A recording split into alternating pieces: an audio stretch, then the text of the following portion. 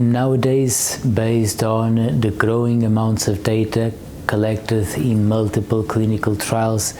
where as opposed to 10 years ago, MRD was performed in 1 or 2 time points, nowadays it is being performed in many more time points.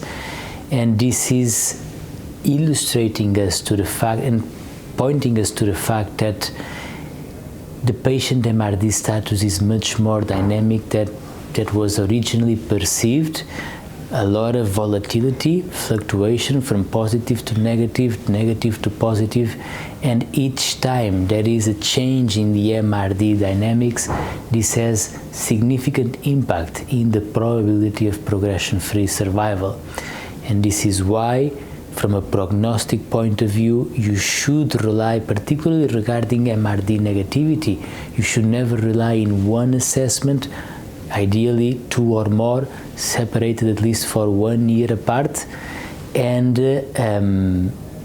eventual treatment decisions, in my opinion, should also rely on the MRD kinetics, on the MRD dynamics measured over time, rather than a single assessment.